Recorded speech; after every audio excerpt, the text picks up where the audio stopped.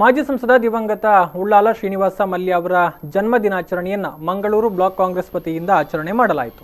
ಕದ್ರಿ ಪದವಿನಲ್ಲಿ ಕಾರ್ಯಕ್ರಮ ನಡೆಯಿತು. ಶ್ರೀನಿವಾಸ ಮಲ್ಯರ ಪ್ರತಿಮೆಗೆ ಕಾಂಗ್ರೆಸ್ ನಾಯಕರು ಪುಷ್ಪಾರ್ಚನೆಗೈದರು. ಈ ಸಂದರ್ಭ ಮಾತನಾಡಿದ ಮಾಜಿ ಸಚಿವ ಕೆ ಅಭಯ್ ಚಂದ್ರ ಜೈನ್ ಅವರು ಅಂದಿನ ಲೋಕಸಭಾ ಸದಸ್ಯ, ಪ್ರಥಮ ಪ್ರಧಾನಿ ಜವಾಹರ್ಲಾಲ್ ನೆಹರೂರವರ ರಾಜಕೀಯ ಕಾರ್ಯದರ್ಶಿಯಾಗಿ ಸೇವೆ ಮಾಡಿದಂತಹ ಶ್ರೀನಿವಾಸ ಮಲ್ಯ ಅವರ ಜನ್ಮ ದಿನಾಚರಣೆಯನ್ನು ಆಚರಿಸ್ತಾ ಇದ್ದೇವೆ. ದಕ್ಷಿಣ ಕನ್ನಡ ಜಿಲ್ಲೆಗೆ ಶ್ರೀನಿವಾಸ ಮಲ್ಯರ ಕೊಡುಗೆ ಅಪಾರ ಅಂತ ಹೇಳಿದರು. ಬಹಳ ಅಭಿಮಾನದಿಂದ ತುಳುನಾಡಿನ ಜನ ನಮ್ಮ ನೆಚ್ಚಿನ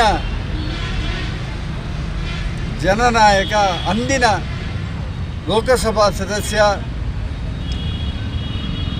ಪ್ರಥಮ ಪ್ರಧಾನಿ ಜವಾಹರ್ಲಾಲ್ ನೆಹರೂರವರ ರಾಜಕೀಯ ಕಾರ್ಯದರ್ಶಿಯಾಗಿ ಸೇವೆ ಮಾಡಿದ್ದಂತಹ ಶ್ರೀನಿವಾಸ ಮಲ್ಯರ ಹುಟ್ಟುಹಬ್ಬವನ್ನು ಬಹಳ ಸಂಭ್ರಮದಿಂದ, ಪ್ರೀತಿ ವಾತ್ಸಲ್ಯದಿಂದ ಅವರ ತಮ್ಮನ ಮಗನಾದಂತಹ ನರಹರಿ ಮಲ್ಯ ರವರಿಗೆ ಇವತ್ತು ಗೌರವಿಸಿ ಶಾಲು ಹಾಕಿ ಅವರ ಎದುರೇ ಅವರ ಪೂಜ್ಯರಾದಂತಹ ಶ್ರೀನಿವಾಸ ಮಲ್ಯರಿಗೆ ಹೂ ಹಾಕುವಂಥ ಸಂಭ್ರಮದ ಕ್ಷಣ.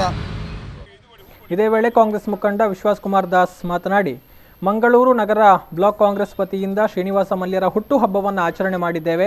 ಶ್ರೀನಿವಾಸ ಮಲ್ಯರು ಮಂಗಳೂರು ಅಭಿವೃದ್ಧಿಯ ಹರಿಕಾರ. ಮಂಗಳೂರಿಗೆ ಏರ್ಪೋರ್ಟ್, ಶೈಕ್ಷಣಿಕ ಕ್ಷೇತ್ರ, ಪೋರ್ಟ್, ಕೈಗಾರಿಕೆಗಳನ್ನು ಸ್ಥಾಪನೆ ಮಾಡಿದವರು.